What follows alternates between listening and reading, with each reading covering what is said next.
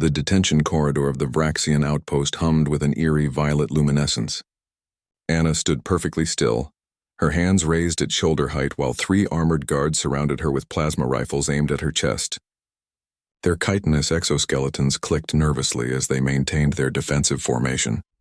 "Human," the lead guard hissed through his translator, mandibles twitching. "Drop your weapon immediately or face termination." Anna's lips curved into a slow, dangerous smile. "You mean my hands?" The guards exchanged confused glances, their compound eyes flickering with uncertainty. In the 70 cycles since the Vraxian Empire had begun cataloging species across the galaxy, they had encountered thousands of civilizations. None had been quite like humanity. "Compliance is not optional," the lead guard insisted, though his grip on the rifle had noticeably tightened. "Surrender your armament." "I'm unarmed," Anna replied calmly. "These?" She wiggled her fingers. "These are standard issue." Behind the guards, Jackson worked quietly in the shadows of the power conduit alcove, his hands moving with practiced efficiency across the alien circuitry. The plan was simple. Anna creates the distraction, Jackson cuts the detention field, and they extract the human prisoners before the reinforcements arrive. Simple, but not easy. The second guard stepped forward, his scanner whirring as it passed over Anna's body. No metallic weapons detected. No plasma cells. No explosive compounds. He paused, mandibles clicking in agitation. "But intelligence reports indicate this human eliminated 7 of our soldiers in the cargo bay." How Anna's smirk widened. "You really don't understand us at all, do you?" The Vraxians had conquered 43 star systems through overwhelming technological superiority. Their weapons could atomize starships. Their armor could withstand temperatures that would vaporize most organic matter. But they had never faced an opponent who treated their own body as the weapon.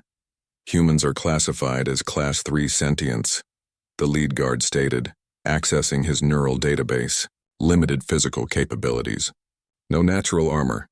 No venom, no claws. Weak bite force. You should be irrelevant." "Should be," Anna agreed. Her muscles tensed imperceptibly. "But here's what your database doesn't tell you. Humans are endurance predators. We're adaptation specialists. And we've spent 10,000 years figuring out exactly how much damage these soft, weak bodies can inflict." The third guard raised his rifle higher. "Cease your threats or—" Anna moved. Her body dropped and twisted in a motion that seemed to defy Vraxian understanding of bipedal locomotion. Her legs swept out in a perfect arc, catching the first guard's knee joint, the one vulnerable point in their exoskeleton armor that their own biology prevented them from reinforcing. The chitinous plate shattered with a sickening crack. Before the guard hit the ground, Anna was already airborne.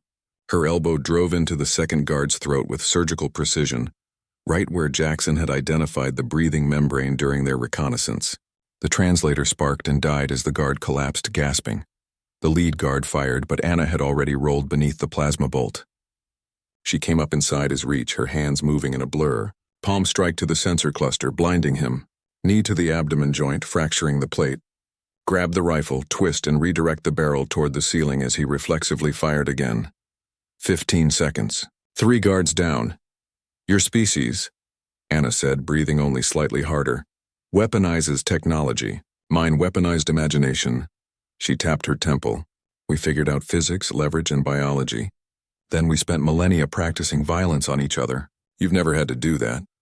Jackson emerged from the alcove, a small device in his hand. "Detention fields are down. We've got maybe 90 seconds before their AI reroutes power." "More than enough," Anna replied. They sprinted down the corridor toward the holding cells. Behind them, alarms began to wail. The human prisoners, 23 scientists and engineers captured during the Vraxian raid on the research station, looked up in disbelief as Anna and Jackson appeared. "Time to go, people," Jackson shouted, overriding the cell locks with the stolen access codes. "How did you—" one scientist began. "Questions later, running now," Anna interrupted. They moved as a group through the labyrinthine corridors following Jackson's memorized route. Twice more they encountered Vraxian guards. Twice more Anna became a whirlwind of controlled violence, using every principle of human martial arts, leverage, momentum, targeting vulnerable points, to overcome opponents who were stronger, faster, and better armed.